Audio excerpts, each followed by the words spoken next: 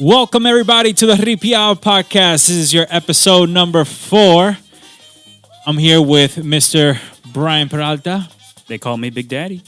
Big Daddy B. And today we got one of these other guys that we mentioned because Mr. J and Mr. Johnny, they're not here this week. Cambiamos dos palomos por uno. Hey, that sounds like a Cleveland to Lakers trade right there. Something like that. So that who you heard right there, that was Sam Pena, Mr. Send Nudes on Snap. Hey, hello. What's good, Sam? How you doing, bro? Chilling, man. Happy to be here, finally. Welcome. The first episode. Yeah. Very good, and I'm glad to be here. Sam is one of those important parts of our podcast because he's the one shoots ideas and helps us in the social media and does a couple other things in the back end. We're glad to have you. He's another blush. A what? You're gonna make me blush. Stop it. Oh, you know that. I make you blush in different ways, baby. Hey. Oh yeah. That's why. So finally Mr. Sam Pena is here. But today we have another special guest. Yes. One of the rising stars of the movement of the Típico here in the U.S. and in DR. I'm going to say that. The new accordion player for one of the best groups also here in New York. Yes. From El Clan Perfecto Nexo, we got Mr. Jomar. Welcome. What's up? What's up, Mr. Jomar? How you doing, bro? I'm doing very good. I'm just here. I'm going to thank you guys first before anything for inviting me. I find this super cool. Like I was saying off air, this is an idea that I really, really support because being from here and being young, I think this is very nice what you guys are doing here. And once again, thank you for the invitation. No, thank you. You actually are our first guest over here, and we are very proud to have you. Oh, that's beast. That's beast. History books, hopefully. So when we're in episode 1000 and we do the reunion, I gotta be the 1000th episode. Hopefully. It's going to take 1,000 episodes to bring Jomar back on the show. I hope not. I hope not, because like I was telling him, oh my God, I love doing this stuff, bro. I love just talking. This is my thing. I like this, other than music. I think I could do something. So this is your second calling? Maybe not, but I love it. This is something that I would look forward to in the future. No, that's good. So now you have like a second career. Like if when you're retired of playing Típico, you could go into radio or TV or some shit like that. You never know. Man, I would love to, bro. This stuff really fascinates me. I mean, by that time there will be no radio or TV. It will probably be like live Facebook, YouTube. Yeah, that's all it is. Definitely. Oh, that's cool, man. Thank you for coming by today. And we're going to be talking about a lot of different things. It's not only going to be, what's going on now. Of course, we're going to touch into that because we really want to know what's going on. But it's going to be more of what we've been talking in the last 3 episodes. Growing up over here, being second generation Dominican. Yes. And the different influences and stuff like that. Growing over here. Just being a Dominican American. Exactly. In America. Yes. That's what it's all about. Yeah. That's what it's about. Yeah. So let's get into it, guys. So Jomar, why did you have a fascination with a Típico? Who was the first person to put an accordion in your hand? The first person to put an accordion in my hand was actually my godfather. He taught me a lot of stuff that has to do with music. He taught me piano, a little bit of piano, but by ear. He taught me. He didn't teach me accordion, but he was the first person that put an accordion in my hand. It was actually the toy accordion. I think that's how we all start. Yo tenía uno de esos. Which one you had, the blue one or the red one? No, I had the red one. The red one. Well, Brian, you've seen my nephew has the blue one, and I'm in the basement sometimes. Yo, but it was serious. Let me tell you, he went all out. He got some straps like that. I thought it was big. I thought I was killing it, man. Feeling like a king. With my accordion right there. And I used to. I remember at that time there was a CD out. It was El Prodigio versus Giovanni Polanco. Mm-hmm. Yep, that's what I used to listen to every day, and I would try to like get something out of that. On that little accordion, like who like how do you even process that? No joke, Prodigio actually got something out of one of those little accordions one time. I actually saw him. He was what where was he? He was in a family party, whatever. Yeah. And one of the little cousins or something had one of those, and he actually played a little bit of La Chifleta or some shit like that. You can play simple a more notes, right? simplified version of a track. You can do it. I've You heard could- Happy Birthday on it. Yeah, you can do Happy I've heard Birthday. Happy Birthday. I remember. I think my first song that I tried, like that I attempted, was if I'm not mistaken, I want to say Rafael Lozano. Yeah, well, that's not that easy. Either Rafael Lozano, and then when being that I used to listen to that CD with Giovanni and Prodigio, I used to try to do E Tire Balilo. But yeah, that's my beginnings. That's how it started. It was my padrino. He put that accordion, and then obviously it escalated to I went on vacation, and some family vacation we did in August or something like that. And we, when you go to DR, ellos te reciben con un trío. Un guiro ripiao, como dicen allá, a palo seco. Y yeah, so he's a family friend of ours, the accordion player. And my father started, talking to him. He's like, oh, well, he's been trying to, learn accordion, but on the toy one. And so he was like, why don't you try to see if you can, if you can try to get something out of this one, the real one.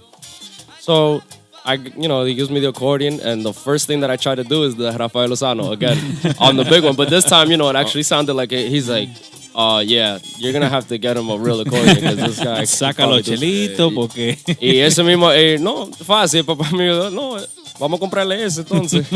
And then, he bought me that accordion. That was my first accordion. Oh, nice. That's a good story, man. So basically, growing up over here, so that was the story basically. Just like listening to Típico, I imagine. Like how was it? Because you were born here in the States, right? Yeah, I was born here. I'm from Long Island. Okay. So yeah, I'm a Long Island kid. Suffolk County? Suffolk Full-time County. Long Island? Yeah, I've been there. Well, 22 years of my life I've been living in Long Island. Actually, sorry, what was the question again? I just blacked out. Espérate, volver para atrás. It's funny that the connection, because Sam has been living in Smithtown for years. I went to Smithtown for a little bit. I used to live in Brentwood also for a little bit before I went to DR and to Charlotte. And then when I came back, I moved back to Long Island. Big Daddy is a Southern boy, but he's a Nassau County dude. Okay. Yeah, I was born in Nassau, and I'm back. I don't know if that's Long Island, bro. Yeah, Nassau County? Valley Stream, yeah? Yeah, that's still It's Long right on the Island, border, but it's Long Island. I consider it Long Island. Once you reach like Queens and all that stuff, then to I me think that's once you pass the Belmont, yeah, State Parkway, the Belt Parkway. Yeah, that's Queens. Yeah, that is And true. then That is Nassau, true. I guess. Yeah, But I mean, like when people from here from the city talk about Long Island, they're imagine like the McDale. Riverhead Farms and shit like Oh that. yeah, Splash, no, splash. they think it's something. Yo, people don't even think. There's people that don't think Long Island is part of New York. And I'm like, okay, so how many states are there? How many states are there in the United States? And then they add one extra. Like, no, it's part of New York. Bueno, Jomar, those are some pretty dumb people right there. I've never met somebody like that. Well, let me tell you something. A lot of those dumb people, they live here in New York. They live in New York. Bueno, the educational system in the New York State. Yeah, something's wrong. We need some more bucks up here. Something's not right. But I was saying, like growing up out over there, you're from where? From Copiague, right? I'm from Lindenhurst. Lindenhurst. Yeah. Okay. So growing out over there in Lindenhurst, Suffolk County, like how was it? Like going to school out there? Were you playing? I mean, imagine you were playing accordion while you were super young. Of course. So Of course. so how was it? The school was full of Dominicans, or was it more mixed? Like how cool is a dude walking around with an accordion? Well, in Lindenhurst, it didn't mean anything. To be honest, it didn't really mean much because it was more like it's the population is more of like American white. It's more Okay. like it's more white. Trump supporters, we call them here. What is it? Trump supporters. Okay, Trump supporters. But yeah, it was more of that, and there wasn't as much Spanish or Dominicans, so to Okay. speak. But there was a small amount, and the small amount that there was, they actually started like little by little. They would recognize like, oh, yo, like they would come up to me, yo, I saw you on a flyer. You're gonna be at you're gonna be at this spot. Oh, you do that? Oh, that's so cool. This and that, and that's how it would all begin. But where I was more known was more in Copeg. Okay. That's where everybody, you know. Que Copec está lleno de Yo, dominicanos. Yo, I still to this day say if I would have went to school in Copeg, I don't know what would have happened. Kelvin, listen, Kelvin. These guys, they have a fan base. When we go to 105 in Copeg, it's crazy.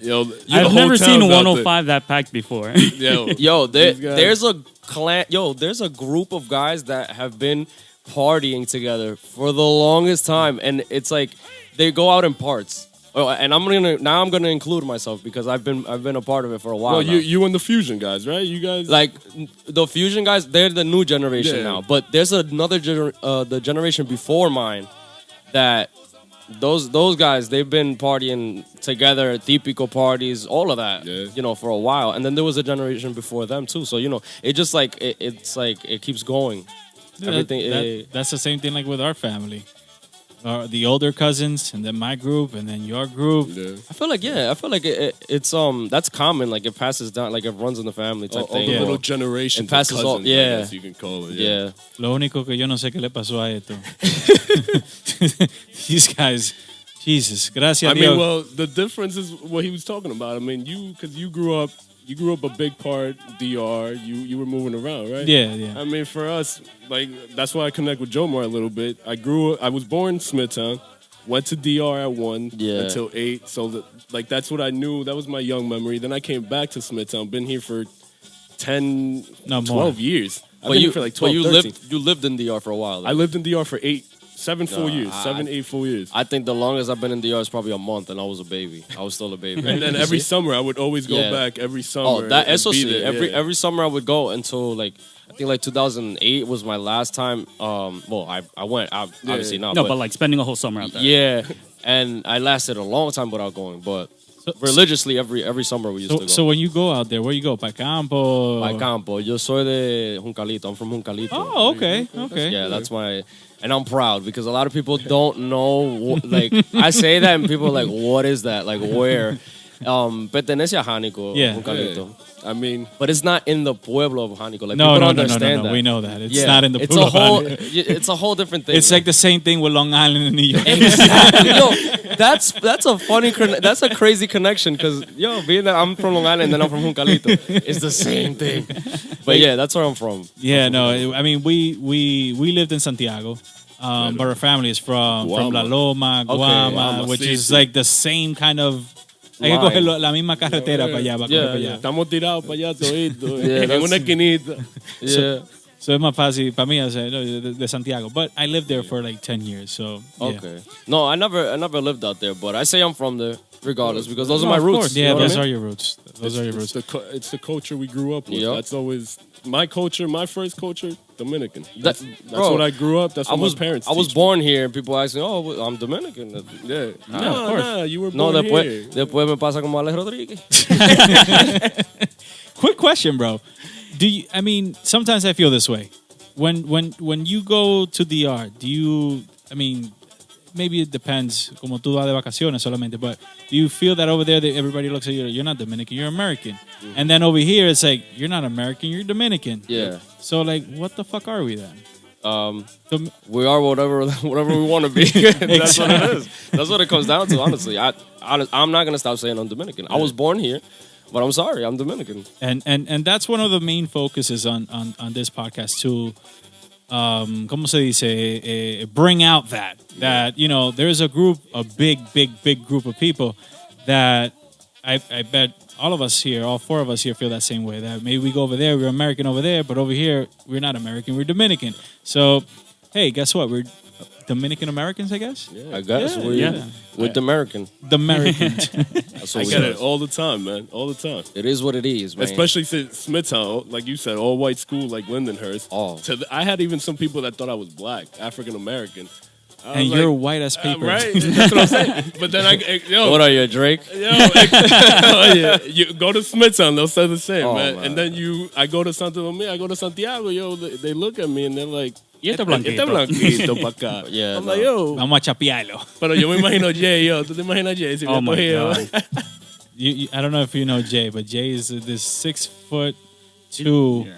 Russian-looking, Oh man, tambora playing, Accordion. gorilla-looking white dude. he sounds like a mutt. Like, you're trying to describe him like as like a mutt in culture. Yeah, That's what they call it. Yeah, something like that. That's what they call it. Y viene directo de Guama, straight from Guama. Yo, no, pero that exists.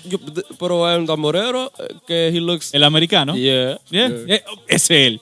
that's him. That's basically. That's what describes him. You know who else we compare him? You know, yo no sé qué. Oh, he de used to be- Renova, yeah, he used with to be a band Renova. boy for Renova. Un rubito that was. Oh, yo, yeah. Yo, we took. Igualito. Yo, he actually- looks like the leprechaun from WWE. Yo, I used to tell. Hornswoggle. I always wanted to tell him that. I love that guy. Yo, He's- Jay, we love you, Jay. Yo, he's so funny. I love that guy, bro. ¿Cómo es que se llama? No, this dude said Hornswoggle. Yes, Hornswoggle. Yo, Qué tan pasado. He would come from under the ring and Yeah, shit. yo, No with way. the- Oh, shit. with the I forgot what that shit is called, With the pot full of gold. bro. Yeah, man. I always wanted to tell him that, but I don't know if maybe he would know what I'm talking about. Hey, Dominicans and But that guy's mad cool. That guy's mad Hold funny. up. We have a pic. Yeah, mira Look at la- that, Jomar. Look at that. Yeah, that's him. Yo, Sam, show it to the camera. That's him. Yo, that's what funny, bro. But you mentioned now Drake and stuff like that. Like, what other types of music you growing up? I imagine it was not only típico. I mean, what other influences and stuff like that do you have growing up, and how that influences you today as an artist? Okay, so my dad loves merengue de orquesta. De los tiempos de los 80. And Yes. early 90s, he loves that music. And that's what I grew up listening to at first. It was that, and incluso que él trataba de tocar guira, right? Okay. And I grabbed the guira and obviously Le pasaste el rollo. You crushed your own father's dreams. Yeah. Yes, I was doing stuff that he was trying so hard to do at the age of 4, and he's like, how? I can imagine you just looking at you. Qué Salty. desgraciado. But My cuarto. No. Me as a father could tell you that now he's proud and he's living. Of course, on but his listen, let me put this out there, and people that follow me or have followed me and parties, see me in parties, they know that my parents are there. My parents support me 100%. They're always there. That's beautiful, man. That's Yeah. beautiful. But yeah, that's how it started. It was basically merengue de orquesta and bachata. My mom loves bachata. Honestly, I listen more to the that stereotype that Dominican moms listen to, like baladas and soft Ana music. Gabriel. Cuando están limpiando. Sí. No, my mom was bachata. Raulín. Raulín, her favorite is Alex Bueno. Yeah. Okay. I'm a Raulín guy though. That's my guy. And Zacarías, Chaval. Anthony Chaval is my Santos. guy. Yeah, I love Chaval. But it's amazing. So that's from the Spanish point of view, the Hispanic point of view, Latin. I guess that. It doesn't have to be Hispanic. No, I know, but that's why I'm getting that out of the way. okay, So okay, that- okay. Tell us the Dominican so now- side of your music That's appreciation. Okay, that's that, and then obviously típico was thrown in there. So now, where the American part comes in is, basically, how I don't even know where to start because, I have idols and my idols is Juan Luis Guerra, right? Okay. Juan Luis Guerra is to me Romeo. What Michael Jackson did was incredible. Hey. And to me, top 3, that would be my top 3 idols that I can, in the entertainment business, that if you can live up to that, if you can even come close to what they have done, you're doing something. You've done something with your life or with your passion, So it's that. It would be those 3, and then I listen to anything, man. I love music, so if something catches my attention and I like it, that's it. That's what I listen to. But I guess reggaeton, all that stuff, hip hop. I listen to whatever. What about, let's say, middle school days? Like, what was your go-to? Okay, so middle school, that's the the young let's party type thing. That crank that. Yeah. Well, let me see. I would say middle school. Okay. And eso, Chris Brown was popping, I believe, when I was in middle school. Chris Yeah. Brown. Chris Brown. Oh, that's a Chris Brown, Eminem. Ass Like That was that. I think that was out at that time. music Akon, video. Akon was popping still. Smack that. Yeah, it was Smack on the That. floor. That's what it was. Smack That. What else? Neo. I used to listen to Neo. Neo's that dude. A lot of mainstream stuff, to be honest. Hey, you like Alicia Keys? I like Alicia. Hey, yo, you see, yo, these guys wanted Yo, to say that Alicia Keys got two good songs. Okay. Yo, I can go for about like 5 minutes. I'm listening gonna- to songs, man. I'm Okay, gonna- Jomar, the thing is, right, when it's 2 in the afternoon, right, and I'm working at the supermarket, and all I get is a loud-ass voice note on WhatsApp of this guy screaming Alicia Keys lyrics out. You know, it's... It was a little rainy outside. I was in my fields, man. Shit happened. I'm gonna let out a little secret. I'm gonna make you happy right now. I will release a song in the near future with Nexo, right? That will incorporate something with Alicia Keys. That will incorporate something that has to do with Alicia Keys. Como dice, Espéralo. como dice Aldo, primicia aquí en Ripiao Podcast. Man. Noticia de último minuto. Jomar acaba de informar que se está trabajando con una adaptación de Alicia Keys en Típico. There will be something of hers in a song. Nice. That's all I'm gonna say. 'Cause Hey, That's dope. But that right there, that can be something. but you see, that's like we that's talk. where it comes. That's where it comes in. Yeah. Exactly. Nobody's doing that shit. That's where the what you listen to or what you are brought up to here in the States. That's where it shows in your music. Yeah. Once you do something that will reflect upon that, you know. And I feel like it's being done, and it's it has been done for a little while now. But that's how you can tell. So you just mentioned something that you're planning on doing with your new group. Talk to us about a little bit how all of this happened. Now you're with Nexo, and how's it going over there? Was it And a how- smooth transition? It depends what you're talking about in the transition part. Like, I feel like, did you go over there and it, like, obviously, it's not going to be perfect day one. But did you get there and you felt comfortable? You felt like first show up, we're going to do good. Okay. In that aspect, and feeling comfortable, personally, with the personnel, yes, I felt very comfortable. Everybody was, they received me great. Like the attention, everything was amazing. Everybody, very professional, and it's a family. Like that's the vibe. It's a family, and when your workspace is like that, good things happen. So in that aspect, yes. Now, the musical part, it was very fast for me because if there's one word that I can use to describe the whole transition, is fast. Everything happened very, very fast. The call, the decision, and then right away, oh, you're starting this week. Well, we would like you to start this week, and right now I only have 2. I'm about to be on 3 weeks. Fresh. With Fresh out the oven. band, and it's basically I'm playing catch up sort of, Okay. but I think I've handled it fairly well for 2 weeks because that's a lot of stuff. They have a lot of El repertorio. ese repertorio is muy amplio. It has a lot of stuff, but I think we're doing very good. And then there's still the fun begins when the new stuff comes Yeah. out. Was it like 7 songs this week they're going to release or something like that? Supposedly that's what I heard. Which one's your favorite? The one that I sing. La miseria. Hey. No, La Miseria ya No, salió. no, the Juaniguera one, right? Fogarate, yeah, I'm waiting on that that. one's hot. But there's more stuff. There's one that the new singer is doing his thing in. There's a couple other derechos in there, and yeah, everything's running smooth though. I'm loving it. When that news hit, we started recording around that week or that week after, something I like think that. it was like the week after. Yeah, I believe Yeah, so. and we talked about it in I think it was episode 3. 2 and 3, I believe. Yeah, okay. So the episode before this one, we talked a little bit about that, and I think we all felt that it was, like we were talking before, it was a great move. Like you're super young, you're super talented, and now you're gonna go into a band with all these professionals that have been there and done that. All of them, Mafia, Kikito, Rubirosa, all of them.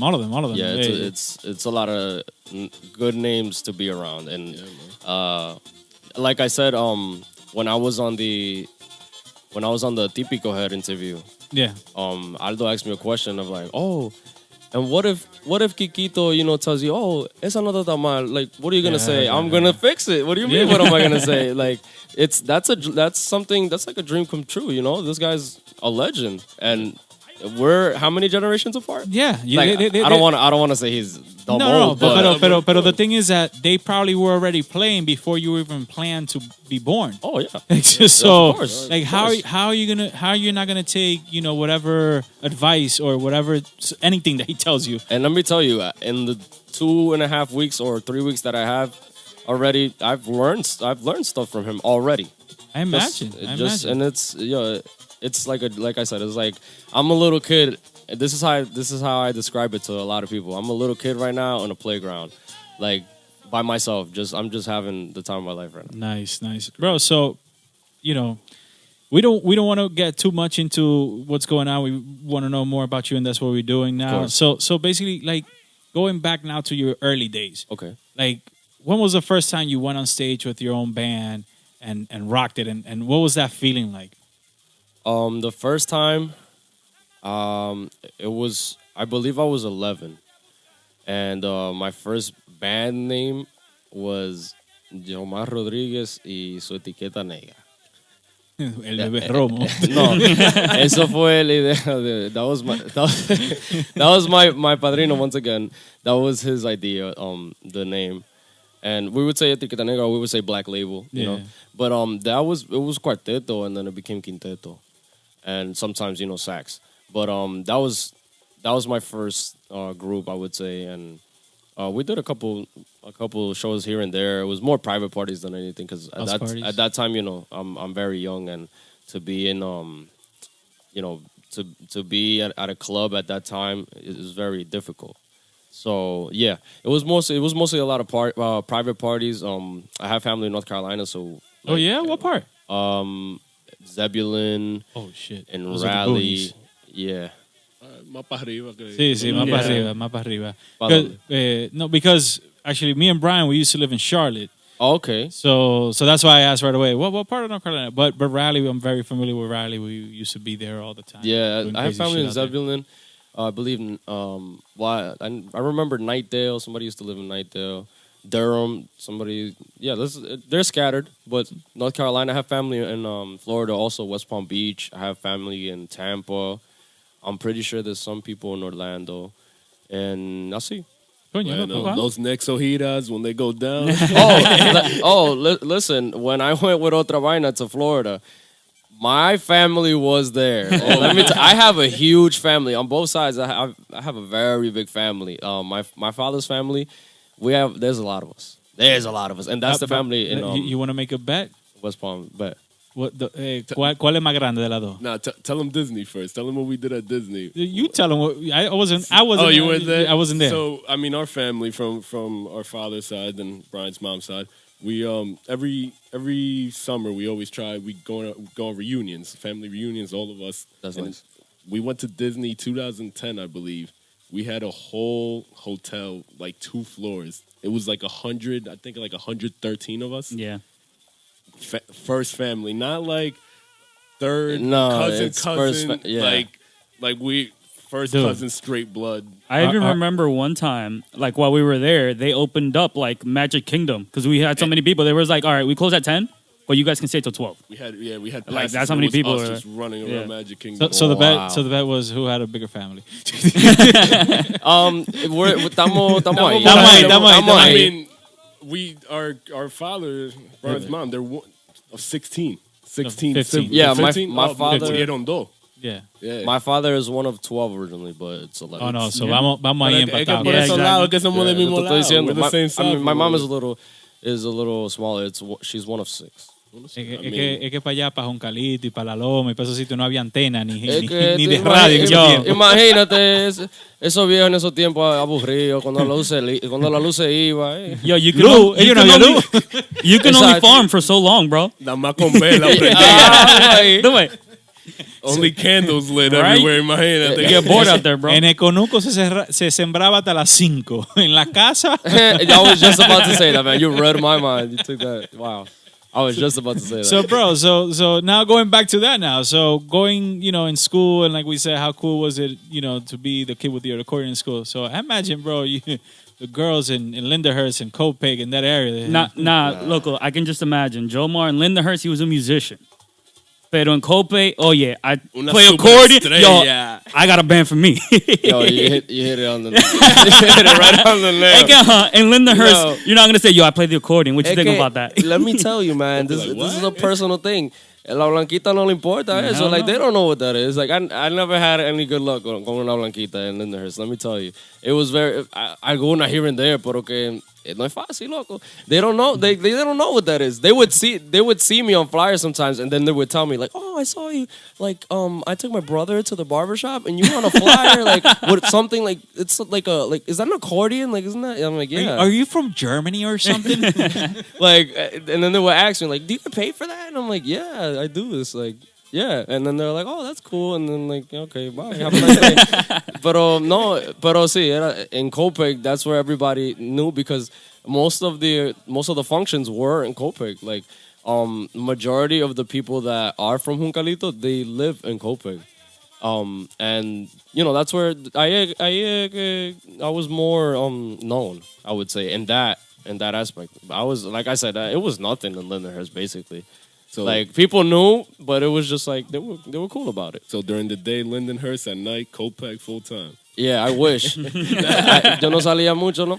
But that's what I'm saying. I think if I would have went to school in Copic, I don't know what would have happened, man. I don't know. Pero vamos a dejarlo así. La gracia que Lindenhurst, shout out. Let's thank my parents for choosing Lindenhurst as the school to go to. Lo hubieran perdido el muchacho. Yo, that's like when they tried sending Josué to St. Anthony's. Oh, little did they know, St. Anthony's. No, but listen, when I got my first phone when I think I was like 14. Yeah, 8th grade. And yeah, because I had MySpace and all that stuff. Yeah. But I was just talking about this today actually with my cousin. I had a MySpace when I was in 5th grade. I had a MySpace before my mom. And but I didn't know, I didn't talk to anybody from any other places like that. But then once I had a phone and BBM came out and all that stuff, when that was hot, ahí era que me tiran, "Oh, I've always had a crush on you for a while now." Oh, from Copic. I'm like, damn, bro, I wish I went to Copic. But nah, ¿qué se puede hacer? And then at that time, our moms wouldn't let us out the house. Yo, I would ask to go, literally. Yo, Jomar, bro, you guys man. Bro, listen, I put up a story last night. It was, those sippy cups that are yeah. diseño. Did your mom ever say no to you? Porque eran muy difíciles de lavar y que se ensuciaban. Yo, I couldn't have one, bro. I don't recall. Damn, that's just me. That's just you. Yo, I've tried, he's bro. He's talking about the straws. The bendy straws. I know. Yeah. But I don't recall her complaining about that, no. What I do recall is me asking her to go to my friend's house and she's like, "Oh, yo conozco los papás de." I'm like, "Mommy, no. We're from school now. Everybody, you're not gonna know." No, but I'm sorry, los papás están en la casa. Mami, yes. Oh, can I go to the movies? And is an adult gonna go with you guys? I'm like, it's a whole bunch of us. What adult's gonna want to be with a whole bunch of kids? Pero no, ¿qué se puede hacer? Like I said. You guys wanna hear? Oh, I told you guys last night in the chat this story about my mother. This is how rough it was for me. So Hurricane Sandy weekend. It was my birthday, October 30th. So Halloween's the 31st. So that was, I believe it was either 7th grade or 8th grade, right? It was 2000. I have no idea. Right? For me, it was Sandy. Yeah, we were. I was in North Carolina. Me and you were probably the same age. So I believe it was 8th grade around there. Yeah, for me, it was 7th, 8th grade. And so, I was trying to get out. Birthday, Halloween, I'm stuck at home, no power, no phone, no nothing.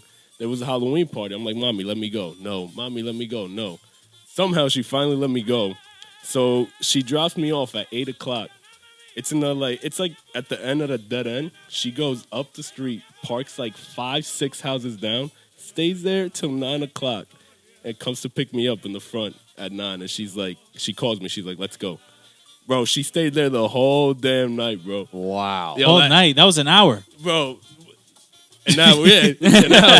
What a night. Yo, y yo con una blanquita ahí, loco. Yo, Hey, imagínate cumpleaños, Halloween, coño. No wonder you are the thing that you are now.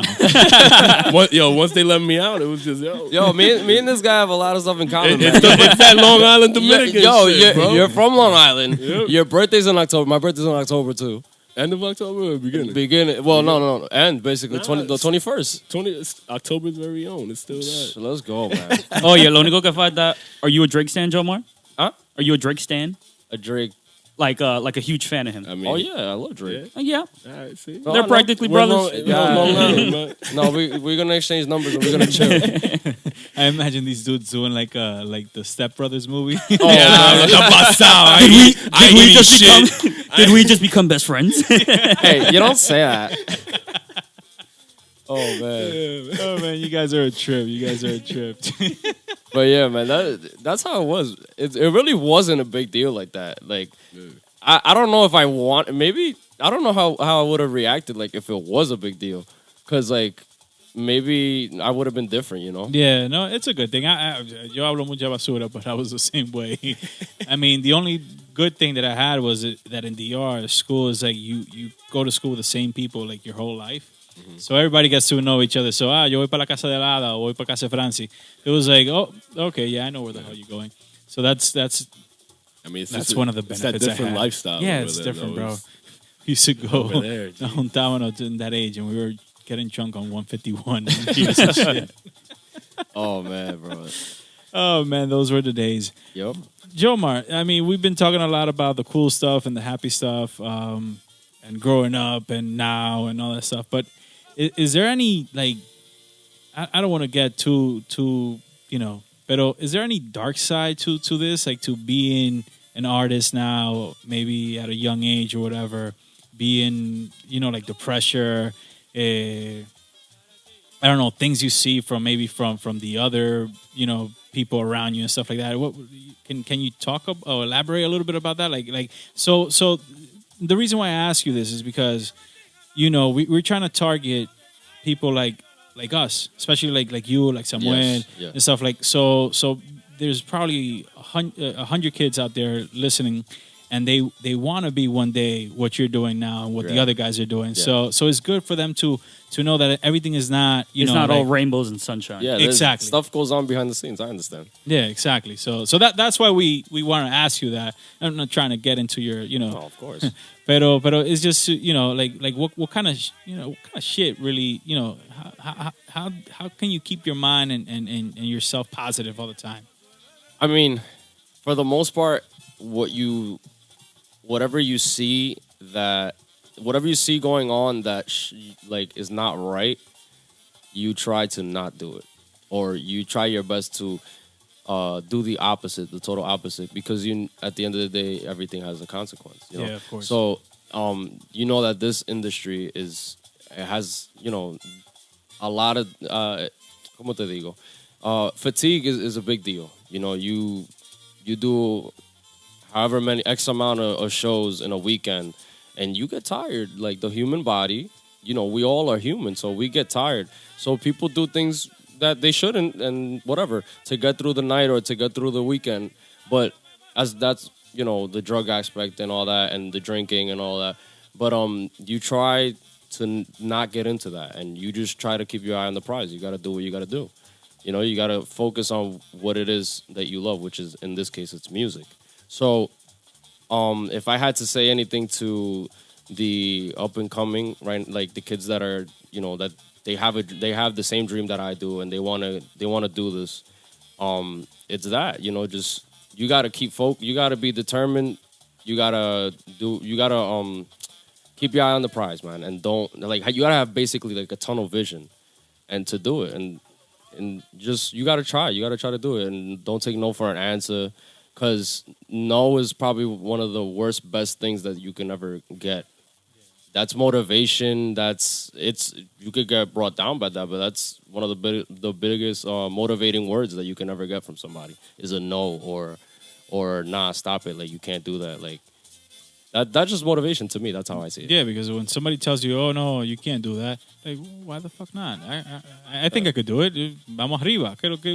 Yeah, and you get that a lot in this industry. Let me tell you, everything is not all shits and giggles. Like everything is not all nice around here. Especially here in New York, a lot of stuff goes on behind the scenes that you question and people don't know they need the exact answer to. But the truth is that stuff goes on and you get blocked, you get doors slammed in your face, and people don't give you opportunity sometimes, but everything happens for a reason, man. That's how I see it. It is what it is, and you just gotta, like I said, have that tunnel vision and try to block out a lot of stuff. Hey, dame un aplauso ahí a Jomar, because that was very motivational right there. Someone is gonna get out of his pajamas and start doing shit. Right. I'm gonna do 10 push-ups when I wake up and get my day started. Let's do it. And now that you guys brought me to that, I wanna point out that new generation thing, and you guys mentioned them before with the Fusion kids. Those guys, that's what I try to tell them all the time. Most of them I've seen, I've known since they were smaller, they were younger. And now that they want to do it, like I tell them, if you're going to do it, don't joke around. Like you got to be on top of it. And I'm there for them. I'm there for them when, whenever, like they come to me with the material. Oh, like, how do you think this sounds? Should we change this? Should we do it? And I guide them because I was there at one point. Not that I'm at the top of my game right now. You're also starting. Yeah, in a way. I'm also still learning, but I went through that phase at least. They're still at the beginning phases, and I definitely know a thing or two about that, and I don't mind, bro. I don't mind them picking my brain because I do the same, and I'm still doing the same right now. Yeah, you're doing it now with Kikito and with those guys in Nexo. It's true. What good thing you just mentioned that. Like, what accordion players or what kind of musicians, like maybe you growing up playing since you're like 11, like you used to see and you used to pick their brains and maybe do some things that they do or they taught you. Like, who influenced you a little bit on that? Well, like I mentioned before, it was in my time it was Giovanni and Pedillo were a big thing, and then obviously Nicole Peña, which I tend to leave out a lot, and I really try to I try to pinch myself every time because you're a big fan, Calvin. I kick myself in the ass every time I leave them out because Selección, and I'm a big Selección fan. So La cartera, viejo. Eso rompió. It was them three. It was obviously Rafaelito, El Ciego. One of my all-time favorites is Ciano Arias. The way that man used to play was so different because whatever you guys think is swing in this music, that guy had it playing. I've seen you before mentioning Ciano Arias, but Ciano Arias is like from like generations ago. Yeah, right? He was Ciano Arias was still El Ciego was still around in El Ciego when Fefita was. Well, Fefita's always popping because that's grandma. Yeah. But cuando Fefita estaba era rompiendo. At least as for us now, it's at least 2 generations ago. He's 2 generations ago. Yeah, so I find that we're like, Ciano, how's that connection? It was like almost like a late inspiration type thing because obviously, sometimes you don't have access to certain things. Yeah. But one time, I don't know how my father managed to get a cassette of Ciano Arias, and this is modern era, like que lo consiguió el cassette. Okay. It was modern. It was literally I was like 14, I think, and I used to listen to that cassette, man, like by myself, and I'm like, yo, this guy's amazing. Like I've heard him before, but now that I'm listening because it was a party, you know what I mean? Like it's different. Recordings and studio and live is 2 different things. Yeah. So when I was listening to that, I'm like, wow, this is amazing. And so that's where basically I got to listen to him. Yeah, I always had that curiosity because I've heard before you saying that. A lot of people ask me the same question, like, Ciano Arias, but he died and you never even got to see him. I'm like, yeah, well, and I tell them the story. Oh, that's very a couple people. Some people don't really know the story. No, now everybody knows it. But so basically, long story short, those are the people that I've looked up to. I mean, from here, I have my couple of people too because a lot of people don't know, and I'm pretty sure that's why you guys have me here on the show is for me to let out a lot of stuff that people don't know is that my padrino, he used to do sonido for a lot of groups, a lot of people que tocaban aquí. Entonces, I would be around that. I would go with him. So the Lidia de la Rosa of the world, Típico Urbano, Henny Swing Days también, Superlínea, Novus, big time. Almost. Superlínea, I remember Superlínea. Yo me tiré par de fiestas de a couple of the eras of Superlínea and then Novus also. Renova when they first came out. A lot of people from here from New York. They know my padrino, Leo Sonido. Okay. Por si acaso la gente no lo sabía. And yeah, that's basically how I got to see a lot of people from here. For example, Genito. Yeah. Genito's one of my biggest inspirations. He doesn't even know it, just because of the other side of the music. Like I learned my basics. I learned the basics from certain people, but now when it comes to being creative and adding the what do you call it? I guess the New York part or the New York swag. I guess the New York swag, but it's really just in the musical. The musical term is not even New York swag. It's more of just how do I say it? Basically being more open-minded about what you're doing. You know, the writing aspect or even the arranging aspect, not just keeping it all in the box because you know, a lot of typical stuff is very repetitive. Yes, all of us here agree with that. Jay, Johnny, our last episode was our next episode actually is going to talk about that, right? The last episode. Right? I'm behind. I haven't been here for the first two. You know, I'm a little behind. But yeah, we mentioned Genito there because we were talking. Basically, what you just said. Típico is in a box. Yeah. And it feels like a lot of people are kind of afraid of doing different things and breaking that box and just opening the door and just saying, fuck it, let's do what we feel like it's right to do, even though maybe some fans are not gonna like it. Because I'm gonna tell you this, like for example, ahí está Típico Urbano. Today, like I noticed, like, okay, ya yo veo, what is it that they've been trying to do for the last year? Yeah, you don't see them in Brooklyn every week. But now, yeah, yesterday they had a party in Trenton, New Jersey with my boy Gabby over there, Gaff. And tú ves la gente en el frente. Puede ser que sean muchos dominicanos, but a lot of them are not Dominicans. I mean, viéndole al Gran Combo de Puerto Rico. También, that is amazing, man. Playing in theaters and stuff like that. They're taking their music to other type of people. I'm right with you on that. I honestly didn't, cause I'm a fan, man. I'm still a fan. Like I'm on Instagram looking at the videos, feeling the music to everything.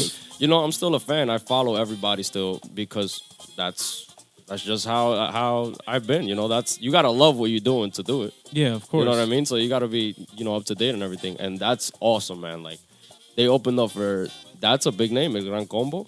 And then where they did it also, that's something that's great, man. And if you see the fans were more excited than I've seen them at a crazy, bar here. That's the crazy part. Like actually, Nexo even posted that that video. Yeah, we reposted it on our Instagram. That was huge. Es que eso es lo que yo estaba diciendo, like on the last episode, era que like sometimes you gotta say, okay, I understand, but the fans, but the loudest fans sometimes are the minority.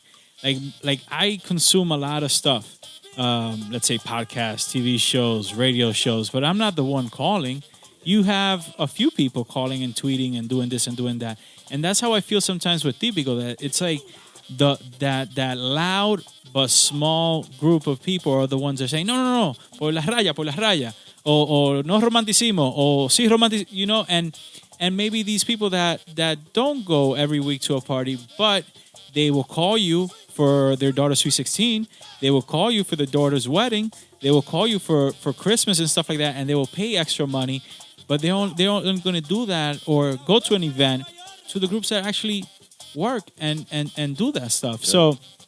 So sometimes, I don't know how you feel about that, if you feel the same way I do, that it sucks that in this music, there's a lot of talent, but a lot of people, I feel that they're afraid to go ahead and vamos a grabar, coño, tengo esta letra aquí. Let's throw them out. Let's try to throw them out.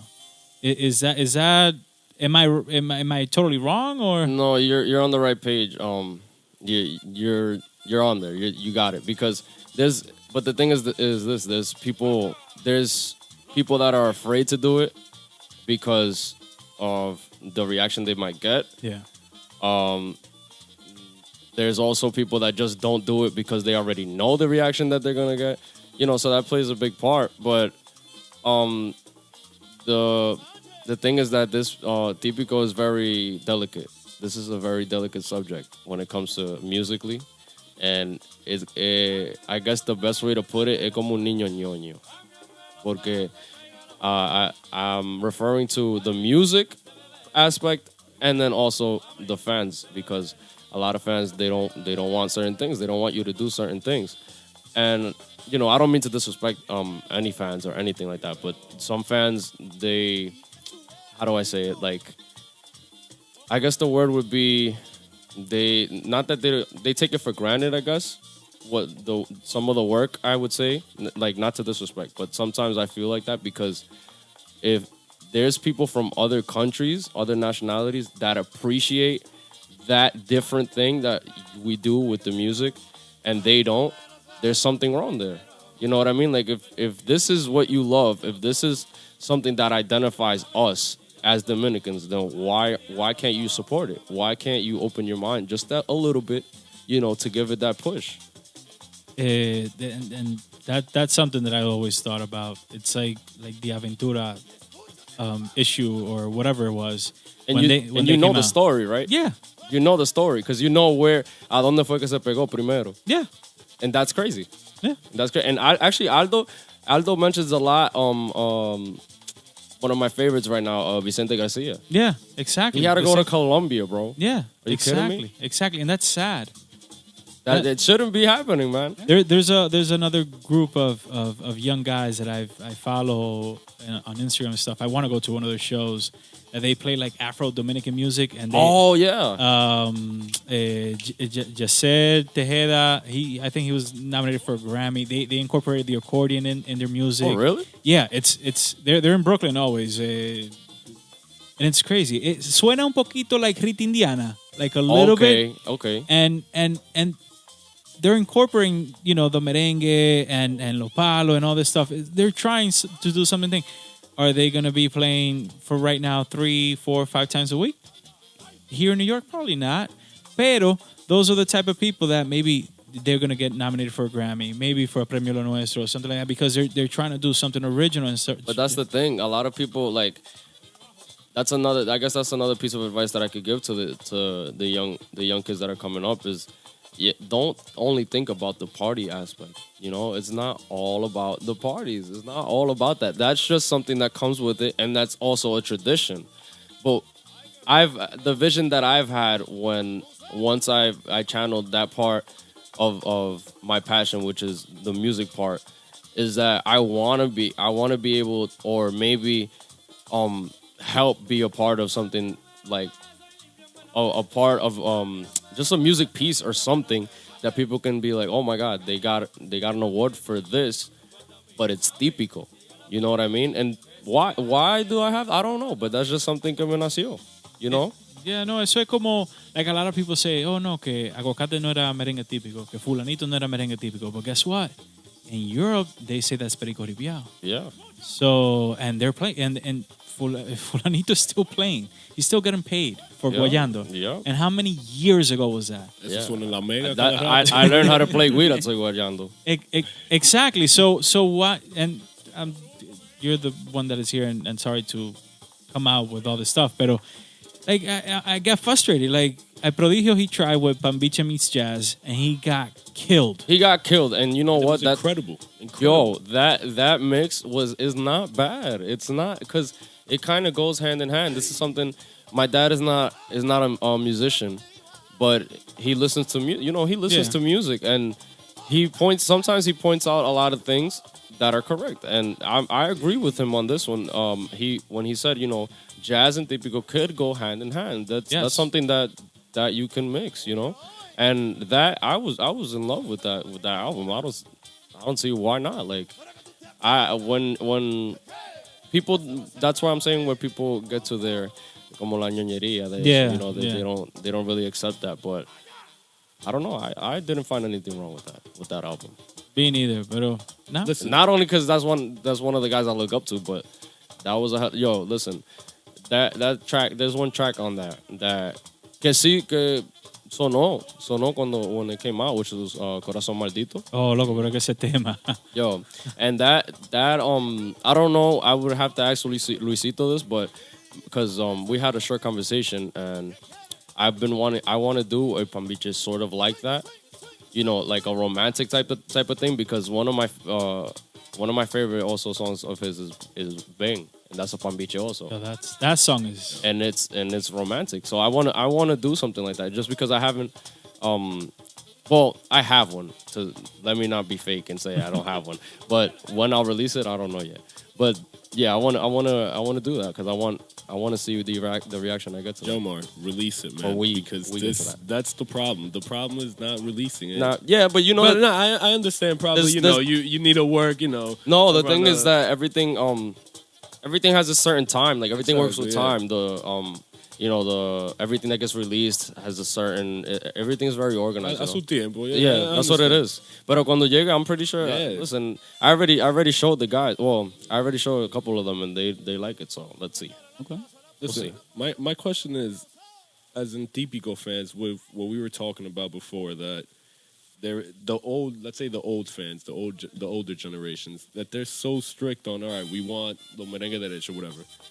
What exactly are we gonna do when these older generation fans turn 60, turn 70?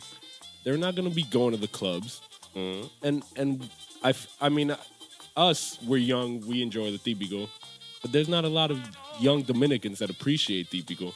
And if we lose that, who are we going to come have that are going to go to Matitas and actually want to watch a Típico? That they're not just going, un sábado en la noche, yo quiero disfrutar, whatever. But if we lose that fan appreciation, who's coming next? To be honest, there's a couple young people that have those traits already o ya eso es su costumbre. Like they go to the party, tócame este rajao. And they're like 21 and 22. And so it's like it gets passed on also. Sí. And there's no problem. We don't have a problem with that. But that does, that happens. What we're That's saying happening. is that they could be a balance. There could be a balance. It could be a balance. It's just, we just want everybody to accept everything and let everybody do their work. And that's it. That's I think that's all that we ask for. But it's not that easy. It's not that easy. Yo creo que we just gotta say F it and just start and doing just do it. Yeah? And honestly, that's basically what we have to do, because at the end of the day, if people like it, they're gonna listen to it, or they're gonna accept it. The same thing we said. A Típico podcast in English? What the? Hey. Do it. And I love it. And I love it because you guys are trying to are targeting the right what do you say? Audience. You guys are targeting the right audience with this one. I think there's a lot of young kids that like this stuff, and maybe they'll get a lot of information out of it. Yeah, I find it crazy. Like last night, for example, me and Sam went out, and Jomar was there too, and I didn't really see it as okay. So we were seeing Daora, but it wasn't more of that. I wanted to talk to all these guys that I knew they were going to be there, and be like, "Oh, you want to come on the podcast?" That was my main goal. And I was very surprised by all the people I wanted to ask. Without hesitation, everybody was like, yeah. Even Danny, the singer for the Ahora, he was like, yo, I swear to God, I was just thinking about you guys today. I was going to hit you up to see what we're going to do. It's crazy. We're hitting a very unique niche, as you would say. And I think this is a perfect time to do it. I love that kid, man. That's one thing, because he has something that you cannot teach. Nope. He has that voice. He has the voice that what do you call it? That brings the roots of the authentic. The authentic. That's what it is. He has that authentic that thing that you need to be a cantante derecho, and he's my age. Like, that's crazy. And I heard that he's not even full Dominican. No, he's not. He's mixed. I forgot if it's Salvadorian or Yeah, it's Central American. it's Central American. Yeah, That's crazy. but yeah, that's my guy, man. I love that kid. You imagine like something original written for the nowadays fans in that type of, in that line of music with somebody like him, singing. Of course. That It'll be done. It'll be done. Watch. yeah. Hopefully. Hopefully. No, it's gonna be done. I think this is a great way to close out today's episode. Jomar, thank you very much for stopping by and spending over an hour with us here talking and letting us question you on a bunch of stuff and getting to know you better and all that stuff. Thank you very much. Quick question before we leave. I have a very special question from our group chat here, from our work group chat. Our very talented cousin, Adrián Sin Igual, straight from Santiago, said, ask Jomar if they're looking for any singers. No, we're not. Not right now? We're not looking for. We got our full frente right now. Buddy. Steven, te jodiste. I'm sorry. Ya el frente del Nexo está ahí. I'm sorry. Coño, pero qué cojones tiene tigre. No, but God, no. But that's a good question. Like for somebody that has some talent and that want to, what do you recommend for them to be noticed like you were? Oh well, right now, use what you have to your advantage, which is this right here. This is very big right now. It's called a cell phone, and there are things called apps. There are things called social. There's a world out there called social media. Use it. Use it to your advantage. Why? Because it works. So one way or another, if you will get noticed, good or bad, you will get noticed. Como que dicen, all publicity is good publicity? All publicity is good publicity, baby. All publicity is good publicity, man. That's so true. No, but I want to say thank you to you guys too, because this is when I saw you guys like we were speaking earlier, like when I saw you guys were doing this, I wasn't really sure what it was, and then when I saw like the previews and everything, I liked the idea, and as I said it like 1,000 times on this episode, this is a very good idea, and I fuck with it. Thank you. And we all appreciate that. And I just want to say, to close it off, you want to give us your ads, where we can follow you, where we can listen to you guys. Of course. So obviously, I'll give out the group on Instagram. We're at Nexo Music with a Z. Music with a Z, not a S. Nexo Music on Facebook, Nexo Music on YouTube and SoundCloud as well, iTunes, Spotify, all that good stuff. And then my Instagram is at El de las Notas _ after. My Twitter, I don't remember my Twitter, honestly. I barely use it anymore. I don't know what happened. And then on Facebook, you can find me on Jomar Rodriguez. And Snapchat, if you want to go ahead and see my crazy family and whatnot, is Jomi Notes with a Z. A.K.A. the ladies. Sam, You will not see those on my Snap. Eso por los DM. Esos son los mensajes que se borran de Snapchat solo. Sam, where can we find you at? Me at Sam Pena 25. That is Pena, because some people apparently don't know how to spell Pena sometimes. I've gone through it myself. Jesus. Yeah, That's what happens when you grow up in Suffolk. Yeah, at Sam Pena _25 on Twitter and Instagram. KP, where can we find you? Kelvin J. Pena, my actual real name on Instagram. You can also find me on Facebook, which, again, I don't post much on don't add Facebook. it. Yeah, I don't either, Yeah, but pero Instagram, we're in Instagram. We always in Instagram. Big Daddy, you? All right. You can find me at BD_Peralta on Instagram and Twitter. And also at RipiaoPodcast. Definitely check that out. Check us out on Instagram, YouTube. If you want to send us emails, it's all RipiaoPodcast. So ya lo saben, from the Maintenance Studios here in Brooklyn, New York. Thank you very much for everybody here. Sam, Brian, thank you again to our guest, special guest, Jomar Rodriguez, to our sound professional, Mr. Aldo Luis Arjona. From the Maintenance Studio, this was Ripiao Podcast. And we're out. Round of applause. Ada.